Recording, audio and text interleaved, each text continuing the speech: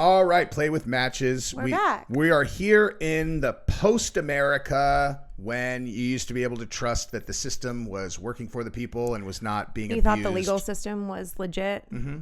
Yeah. Mm-hmm. Remember when the legal system was there to protect people from other people? Like, that's what the judicial system is supposed to do. To make sure everyone gets a fair trial by judgment of an unbiased group of peers. Mm-hmm. Yeah. You're supposed to feel safe that you won't be victimized either in business or personally because the judicial system will protect you. That's why it's there. Yeah.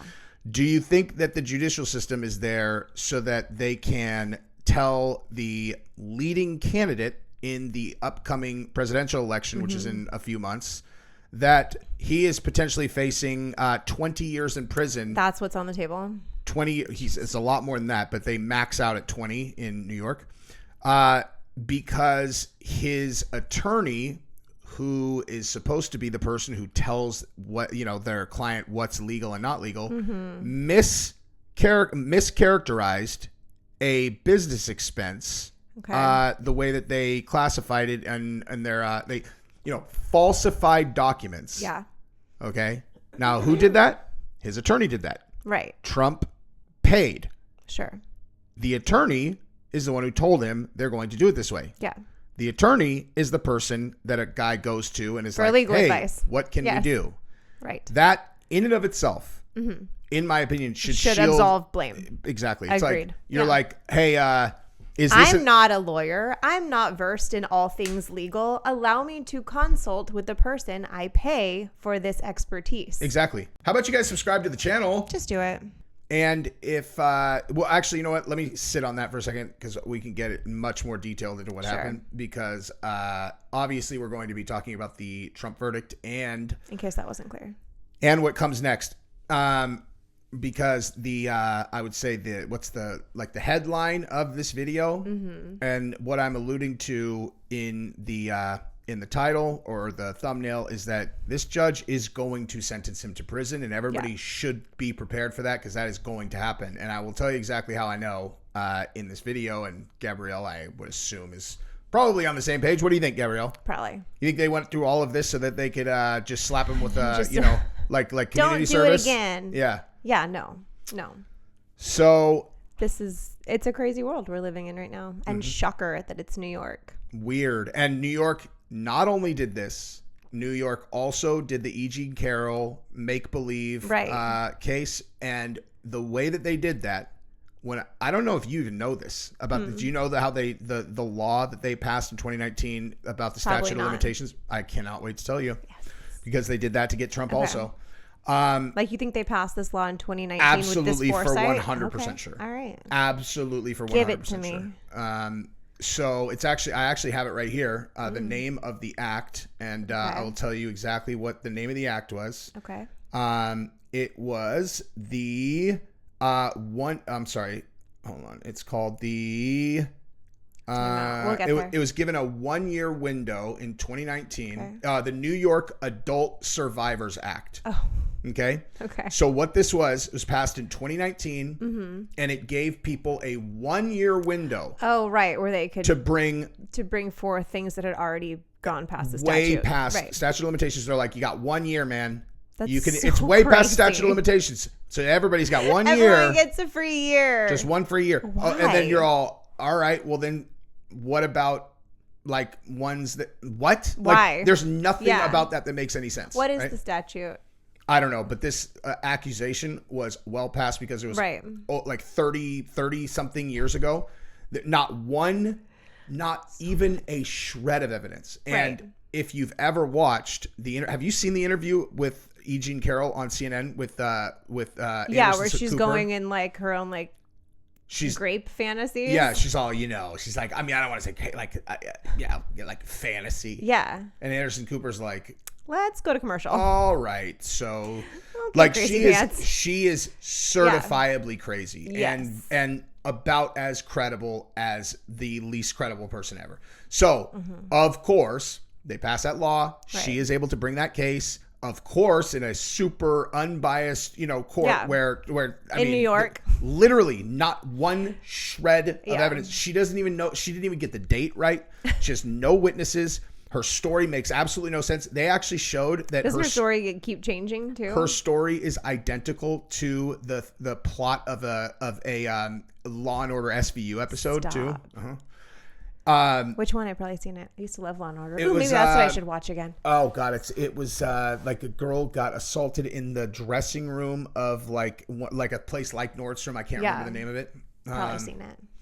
Anywho, so after she won, the court awarded her $80 million. That sounds fair. Yeah, $80 million. That sounds fair. Because there's nothing going on here, guys. There's nothing going on. No. Then they brought the case against him where supposedly he falsified inflated the value of his real estate in order to attain a business loan. That sounds like just 2006, 2007, just every single home buyer on the planet, right? So all these real estate investors who are not Trump people came out after they convicted him, and they're like, literally 100% of real estate people have done this every time they've ever applied for a loan. Ever. That's how it works. Yeah. You say it's worth this. The bank does their own appraisal and they say, nah, we're going to value it around this. That's the bank doing due diligence, not, that's the way it works. Yes. And they fined Trump $500 million. And here's the thing. The loan in question, he had already paid back in full. Right. Like the bank got their money back plus interest. There's no victim. Yes. Right. They fined him $500 million. That's nuts. They were very close to starting to seize his assets. They were going to seize Mar-a-Lago, which was the plan. And then Trump went public with True Social, got $3 billion. This guy will fight to the end. And then in this case, he's such a badass. He's a savage. He is such a savage. In this case, I read an article today. I want to tell you exactly who it was from, just so that people can go look it up if they want, because even my mom was like, "That's a fantastic article." I mean, she says, she stays uninvolved, but it's by Eli Honig. So ELIE on the Intelligencer. HONIG. It's in New York Magazine, and this is a person who is a Democrat and a former New York prosecutor. And the headline is "Prosecutors got Trump, but they contorted the law." Huh. And basically, I think it's a guy, Eli or Ellie. It's either let me see it. I don't know, but that is an ambiguous name. Yeah, let me see. Let's look him up real quick, just because I don't want to misgender anyone. Jeez, God this is forbid. New York. There, it's a guy. Yeah. Okay. Yeah. Guy. So it's Eli, I assume. Okay. So what he said basically is that he defended the jury, finding him guilty on all 34 counts, basically saying because the way that the trial was set up, the way it was presented, because they charged this. It's like one thing that happened, and they turned it into 34 counts because it's like one thing. It's like, we're going to characterize it like this. And they're all, yeah, but then when you did this and this and this and this, so it's 34 counts. It's like, okay. Shut up, New York. Shut up. And all of that would have been a misdemeanor. Okay. The way they turned it into a felony was they said that it was in furtherance of another crime, which they said was election interference. Okay. So they tied this mischaracterization misdemeanor to which the equivalent penalties were the same as if you stole a Snapple bottle out of a bodega, is exactly what he said. Okay. And then they tied it to this election interference thing, and suddenly it's a felony with and the thing is that it is way past the statute of limitations for the election interference time. So that makes no sense either. So, and here's the other thing. He said that the judge in question donated money. Judges are not supposed to be able to donate money to anything political. Yeah. And that judge had donated it to a group who was dedicated. It was an anti-Trump and like This all sounds very fair and non-biased. Yeah, defend the republic against extremist right-wingers, anti-Trump group. Nice. And that's the judge who was in charge of this. And I wonder how he was gonna react. Yeah, like what kind of And guess who? I for one am shocked by all of this. Yeah, I wonder. And the district attorney, who do you think was their number one campaign funder? She who shall not be named. Who? Soros. Oh. Which is basically the same. Yeah. They are besties. Yeah. So here's another crazy fact about Soros, though, that I learned yesterday. So how Soros made his money is back in the 80s and 90s. He was a commodity, like a currency trader, international currency trader. I don't understand how that works, but okay. Basically, I mean, it's as simple as like, if you're a professional stock trader, you're betting on whether stocks are going to go up or down. Right. Currency, exactly the same. Okay. Whether the value of the currency. So you're just like exchanging your money? Yeah, I don't know. Yeah, yes. I mean, and taking advantage of high exchange rates? Correct. Okay. Like, yeah. So, and he was working with the intelligence agencies in the United States. He builds all of these student action organizations in these other countries, which become these in the street protesters, right? Like they these huge protests, and then they eventually topple the governments. Kind of weird when you think about the BLM riots in 2020. I wonder if he was involved in that. Exactly. I feel like I've seen this story. And so that's what he did. And then when the government's going to get toppled and you're a currency trader. Must be nice little advantage piece there. So it's crazy. Like the level that these things happen at. It's like some people are just playing a different game. And like when you think about what they're doing here, though, all of that is all preamble to me saying like, the United States is in serious peril right now, like actual for real peril. Like the president of the United States, or the candidate most likely to win, who most people think got, rigged out of the previous one, and this time they're like, there's nothing, like we have no chance of pulling this off again because he's so popular. So they pull out all the stops to try to put him in prison, and that's what I'm saying. All these articles are being written. There's no way, like, it's very unlikely that he'll get jail time. I'm like, what movie are you watching? Watching? Yeah. This is a judge that would love to be the person to be the one that lays down the 100%. Sentencing. Yeah, for sure. And it is amazing that because these people really think that they're being heroic right now. Oh, yeah. Yes, they do. And you're like, do you understand how deluded you are? You are destroying America. Come to the rest of the country and just like you're destroying the country. On the pulse. Yeah, exactly. Like you are a self-aggrandizing, narcissistic, like bubble. You have no. They live in a bubble. Yeah. Do you value the infrastructure that the United States is built on at all? Yeah. Because do you think that all of this just happens? I mean, this is a judge who swore an oath.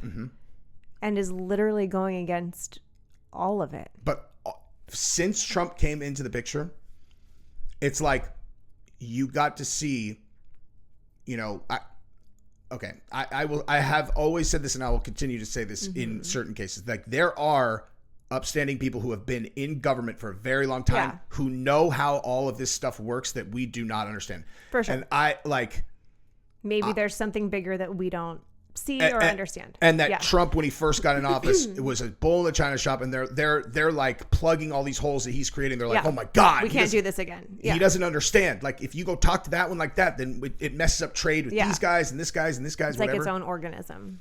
So they're like, we can't let this happen, whatever. But the level of interference that they have now exposed is a level of corruption that anyone can see. And so it's basically like, do you irrationally hate Trump? Yeah. Or are you now on Trump's side? Like that's basically what it comes down to. Like, because anyone else can see it. If you irrationally hate Trump, then you're going to see this and you're going to be like, yes. Exactly. Yes. Keep him out. Oh my God. Because like these people, you see them on the street, you see them interviewed. Like in New York, it's like tell us about how you feel. They're like, I live my life in fear of another Trump presidency. Like, they really believe that. You're all, dude, he was president for 4 years. What happened? What happened to you in those 4 years that you're so traumatized by that you can't live it again? What happened? Nothing? You made more money? Mm-hmm. Your dollar went further? Must have been really horrible. It must have been terrible so bad. Reading all of these articles that made you, this air conditioner is killing me. Literally, that's what was worse for you in your real life, is you were reading stuff saying, hey, your president's a dick. Yeah. That's it.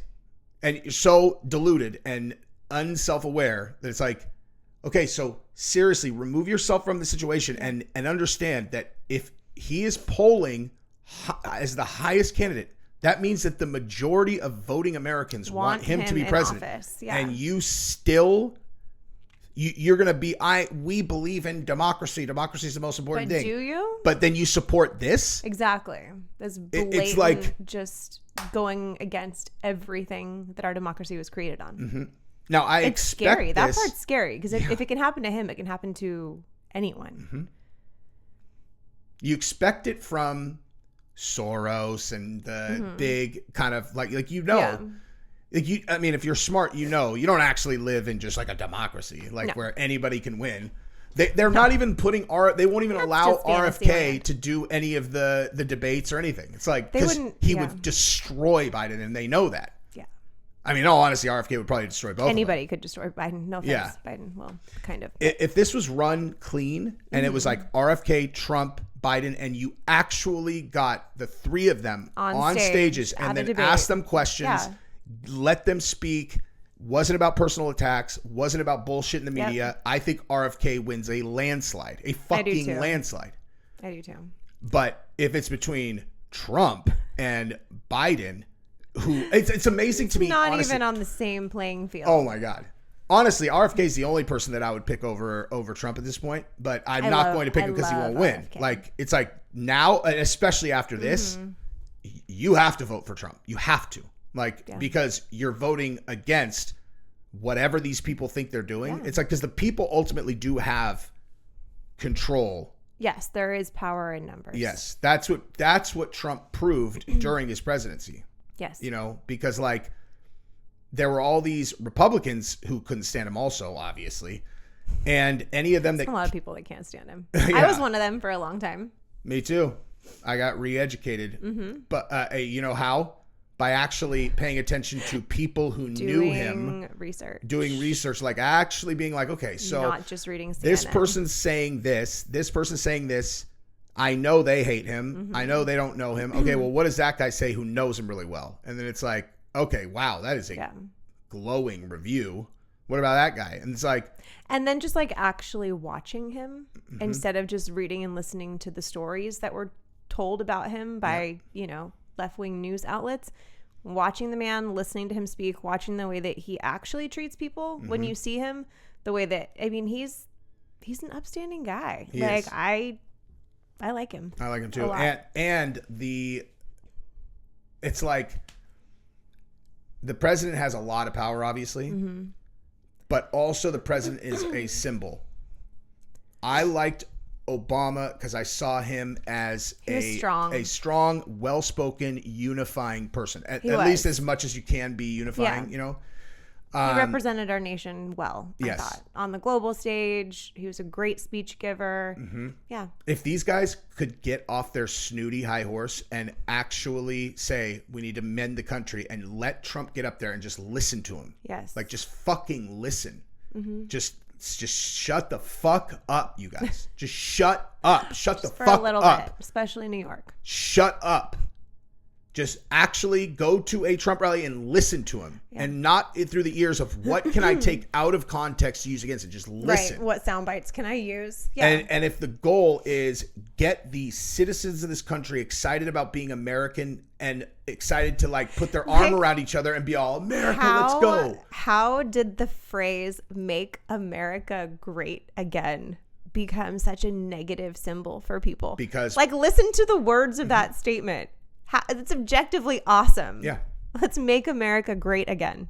I mean, you know the answer. No, I mean, I do, but I'm just saying that's how irrational it is. Like, that was a beautiful statement, a true statement, one that I think if all Americans actually thought about it, everyone's like, yeah, I would love to do that. Let's make America great again. Let's do that together. Yeah. Like what a unifying statement. Right. Let's make America great again.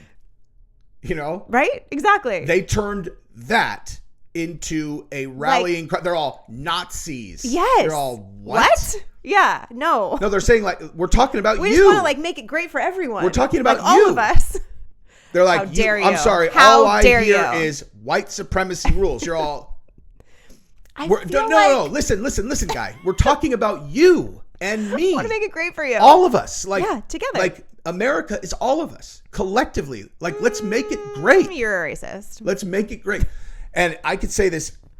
I mean, wild. I like wild.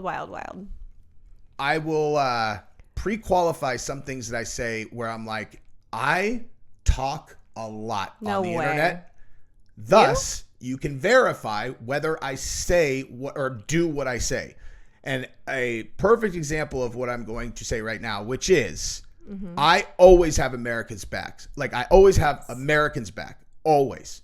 Right. No matter what. Like, we can disagree with the people internally, but I see America as a collective. Anybody who's American, I'm going to have your back as an American. Yes. Brittany Griner was in Russia. She got popped for the cannabis thing, you know, and she's like, BLM, kneel for the fucking thing, you know, WNBA wokester. Don't do that, ma'am, please. And I was listening to people like, dude, good. Leave her there. Leave her there. No. And I'm like, dude, she's in a Russian gulag. Yeah. She's an American citizen. She's an American. We got to get her out. It's don't fucking play patriotism with me and then say we can leave an American citizen in a Russian gulag when she was taken because she's a political prisoner. Get the fuck out of here with that. Exactly. She can come home and then you can tell her that she's a weirdo. And you can tell her to fuck off. Yeah, you get her. She come home and be like, hey, why don't you go kneel for the fucking national anthem? You know, ungrateful fucking, you know. But she actually now all she's done since then is like, I am a huge patriot because she got to, she got to feel what America does for its people. Yeah. So weird. People have just forgotten. Like the whole sissy, crazy, crybaby lefty feel, like people have just forgotten. No, they're just born up with, they've been born and raised with everything. I'm saying not individuals have forgotten, like the collective people like have forgotten because they've been demoralized. No one from that generation has been through a situation like that. The last big one was 9/11. We lived through that. Like we got to feel it felt like when there was that just unity and patriotic just love of America. I remember when every single car had American flags and everyone was just like, yes, like America. That generation hasn't had that.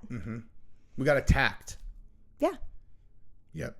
Yeah, that was it's very sad that it takes something like that, but when that doesn't happen, people get complacent. They get in a place, like we say to our kids all the time, like, you have no idea how lucky you are. And they don't, because they have nothing to compare it to.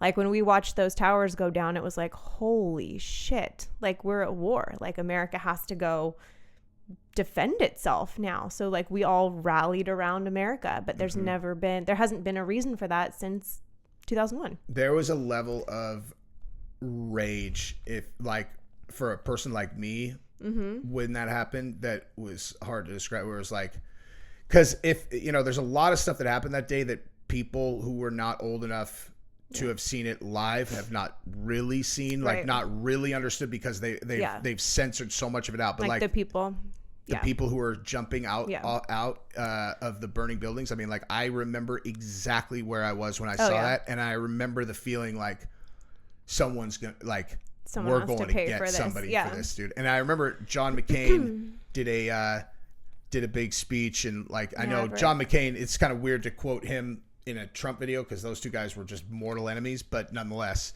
John McCain did a speech and he was like, God forgives, the United States will not. And I was like, let's fucking go, dude. Now, did that lead to a bunch of amazing fucking things that we went and did? Not necessarily. Although we wouldn't know, would we? You know what I mean? It's like, that's the whole thing about that's why I always leave room for there being information that we are not privy to that's driving things because, you know, I if you ask the regular citizenship, like, oh, well, so what was the outcome from 9/11 and that rallying feeling that the Americans had? It'd be like 20 years of war in Afghanistan for absolutely no reason. Right. And then we destroyed Iraq's government, probably millions of people killed, yada, yada. They'd be like, so not like, so it wasn't good. Terrible. Yeah. But I would imagine if you had the same conversation with some of our operator friends from SEAL Team 6, like Ed and Rob, and you're like, what do you guys think happened? And I don't know, but I would imagine there are some people that they went and killed that made the world a better place. Tremendously threatening and dangerous to the United States, who had, you know what I mean? Like, it's like if someone has designs on getting a nuclear weapon into the United States and detonating it in a city, we would never know about that. Exactly. We just would never know. You know. Thank God. I mean, that is the other side of the coin of government secrecy, because it's like, can you imagine if mass hysteria. Some of the like if they knew that there was a potential dirty bomb that was in an American city, and they told everybody, like, what do you think would happen? It would be pandemonium. Stores would be looted. People would go bananas, pull all their money from the banks, crash the financial system. Like, it would be really, really bad. Yeah. What would you do? Let's say that there was a report and they're like, there is a credible threat that there may be an atomic bomb in the Austin area. What would we do? All the same things that everyone else probably does. Pack up, try to run away, grab everything. I mean, it'd be chaos. And we'd get on the freeway. And it would be jam-packed and we would go nowhere. And then people would be going onto the grass. Yeah. I mean, people would be doing anything that they could to protect their families, which would be really, really bad. Yeah. So it's like, that's just one of those things. There has to be secrecy. For sure. Because people are stupid as a group. Well, no, people are smart. No, individuals are smart. People are stupid. Yeah.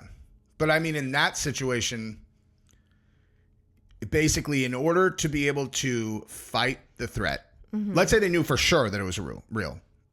In order to be able to try to battle the threat, they need calm. And they need everything to be as is. Right. And they need the perpetrators to not realize they're onto them and all that.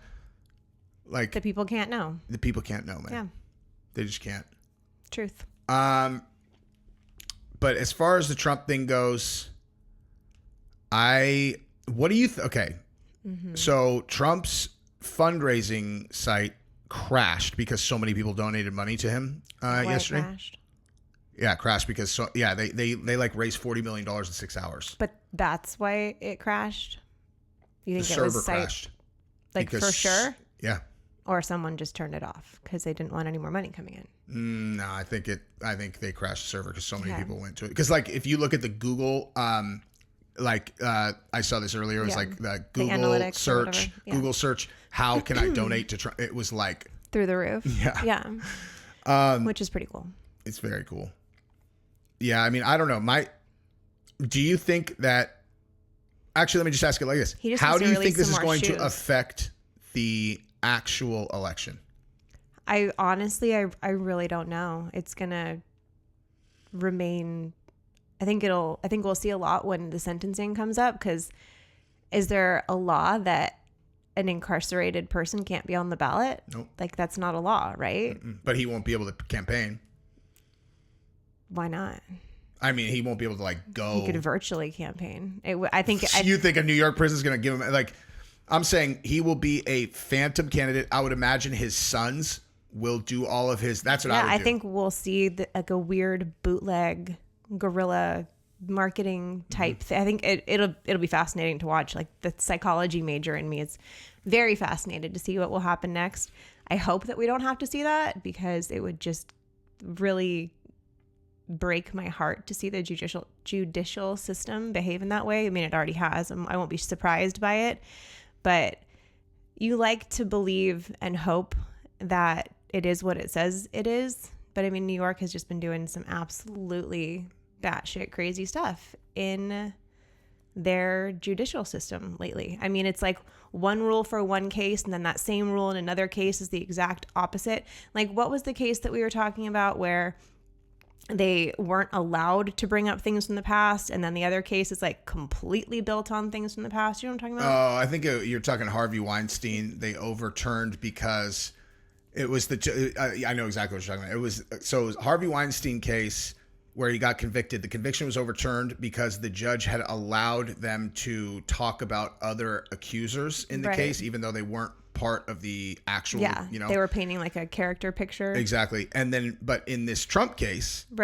this was about, that's what the whole thing is. This is a case that's about how you classified a check payment. Yeah. And they allowed Stormy Daniels to talk about specifics related to their sexual encounter. And it's the exact same thing in reverse. It's just one of those things where it's like, if I spoke to a person and they were like, no, I think this was an impartial situation where Trump was on the wrong, he shouldn't have committed the crime. If he, whatever, it'd be like, you do not know what you're talking about. Mm-hmm. Like, it's literally that simple. You just don't know what you're talking about. Yeah. Your source of information are not good ones. If you care about what's true.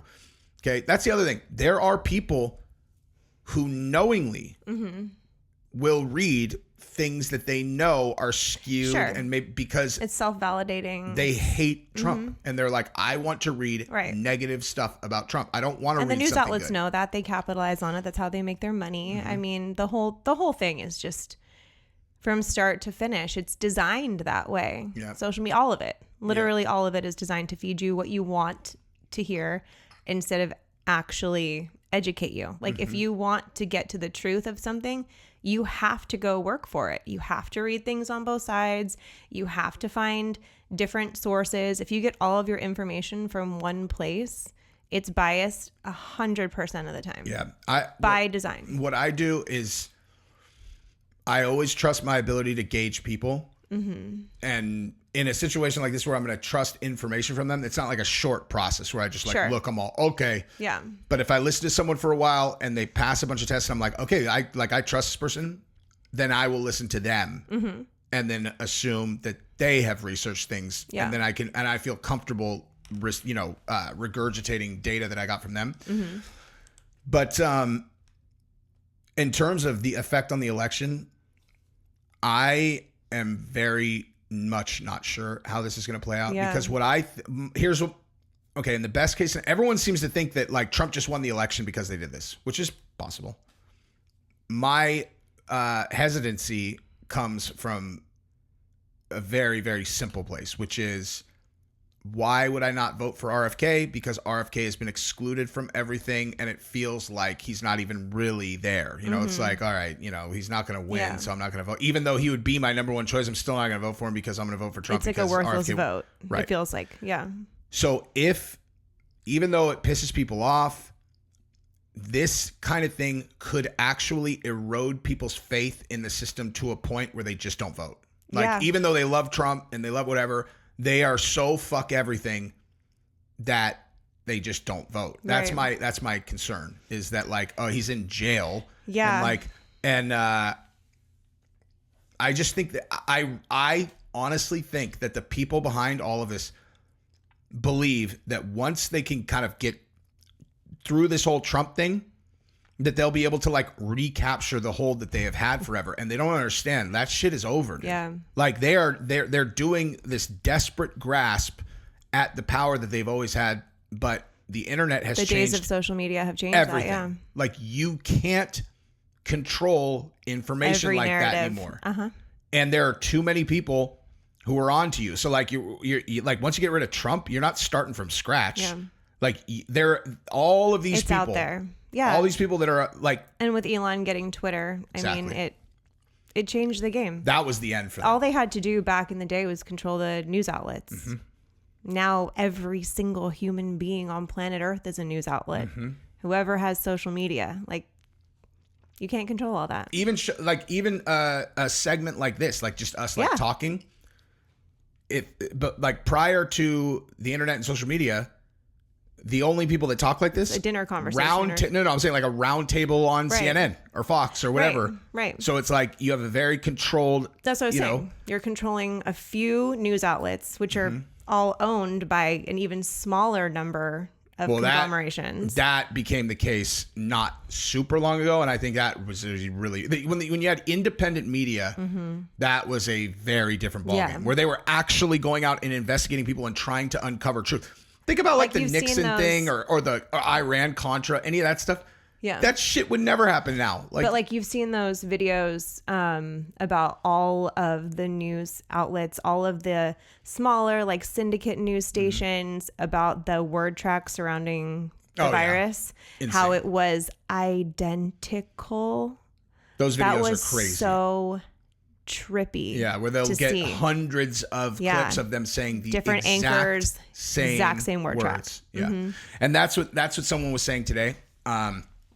Was that one of the main things that this is about is so that they can say convicted felon Donald Trump. Yeah. Convicted felon Donald Trump. Convicted felon. And so Trump gave his first speech after the verdict yesterday at the courthouse. Oh, he did? Like on the steps? Is in the building or whatever. Yeah. He was just like, it's a rigged trial from the beginning. We didn't do anything wrong. You know, he's like, this is a travesty. It's eroding, whatever. Thank you guys. And as he's walking away, one rando journalist is like, "Why?" And he said, "The real verdict is going to come on November 24th, 2024." And some journalists are, "Why should Americans vote for a convicted felon?" And they're like, "That's what this is about." But the thing is, there is not a Trump supporter on earth that's going to fall for that. And I genuinely believe that, except for people who had already made their mind up that Trump is the devil, they are being swayed the exact opposite direction because of this. Yeah. Like, it makes you lose faith in the other side. Like it's gross. And it's the same thing as like, you live with me. How many times have you heard me say something negative about Joe Biden since he got elected? I'm aside from me being like, look at this dimwit where he did whatever. I'm talking something where I was like, the fucking Biden administration, da-da-da-da. Never. No. Never. You want to know why? Because I'm not fucking deluded enough to think that guy is in charge of anything. That's what I was going to say. You know? Yeah. But it's funny to me how people are like, the Biden administration is tearing the country apart. I'm like, you really believe that Joe Biden is behind this? I mean, the administration might be. He's not personally. Well, the people who are pulling his strings. Yeah. I mean, the fact that he could even be a candidate shows you. It's like he's a walking corpse. Yeah. I mean, nobody's home. He needs a nap. He does not need to be in charge of the country. He's the commander-in-chief of the American military. Of the greatest country on earth. Like, that guy? That guy. Embarrassing. So, I mean, it's like, who's really running the show? You know? Makes you wonder. But yeah, I mean, like, and the point I was making was, if someone, put him down, I would be crushed. You know what I mean? Of course. No one wants to see that happen to the president. I don't care. Yeah. I don't care what president. It could be a Democrat that I hate. It could be Gavin Newsom, and I hate that guy. But if someone put him down, shut on that one. No, it doesn't matter who they are, dude. If it's the American president and they got put down, you mourn collectively with the rest of the country, period. I hate Gavin Newsom. I do too. I hate Gavin Newsom. With every fiber of my being. But if you stand on the principles like I'm talking about, it doesn't matter. Like, it's like, that one should would be crush hard you. for me. Not I understand. But my point is, like, that's what this is like with Trump to anybody who is an even moderately independent thinker. Yeah. They're like, dude, the guy was president. You can't do this. Yeah. Like, you can't do this. And they're doing it in wide open. It's not just like a president got. You're like, you know exactly who's doing it. And you're like, I can vote against that? Yeah. Okay. Oh, I'll do that. Right. Anyway. What else you got, Gabrielle? What else is on your mind? My toenail just broke. Oh, no. Like, bad. Ow. Gabrielle got a $50,000 bonus 2 days ago. I did.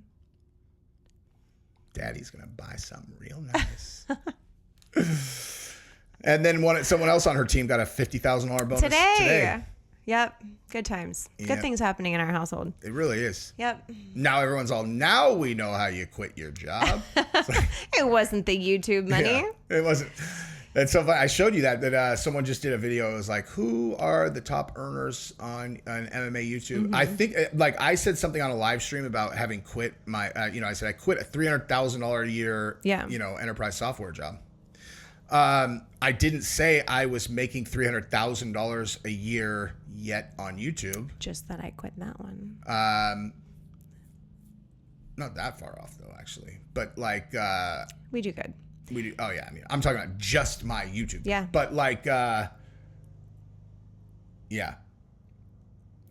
if you find a way to earn a living doing what you love, I'm telling you, it's good. From the minute that I made that decision, like, I would actually like to go look at the numbers because it was already enough for me to be like, oh, we're fine. Like, we make way more money than we spend already. When you go all in on something. And now it's much more. Yeah. Like, much more. So just commit to it and trust the process. Trust the process. Be consistent. Yep. And believe in the outcome. Anyway, Amen. We'll see you next time. Love you guys. Bye. Bye.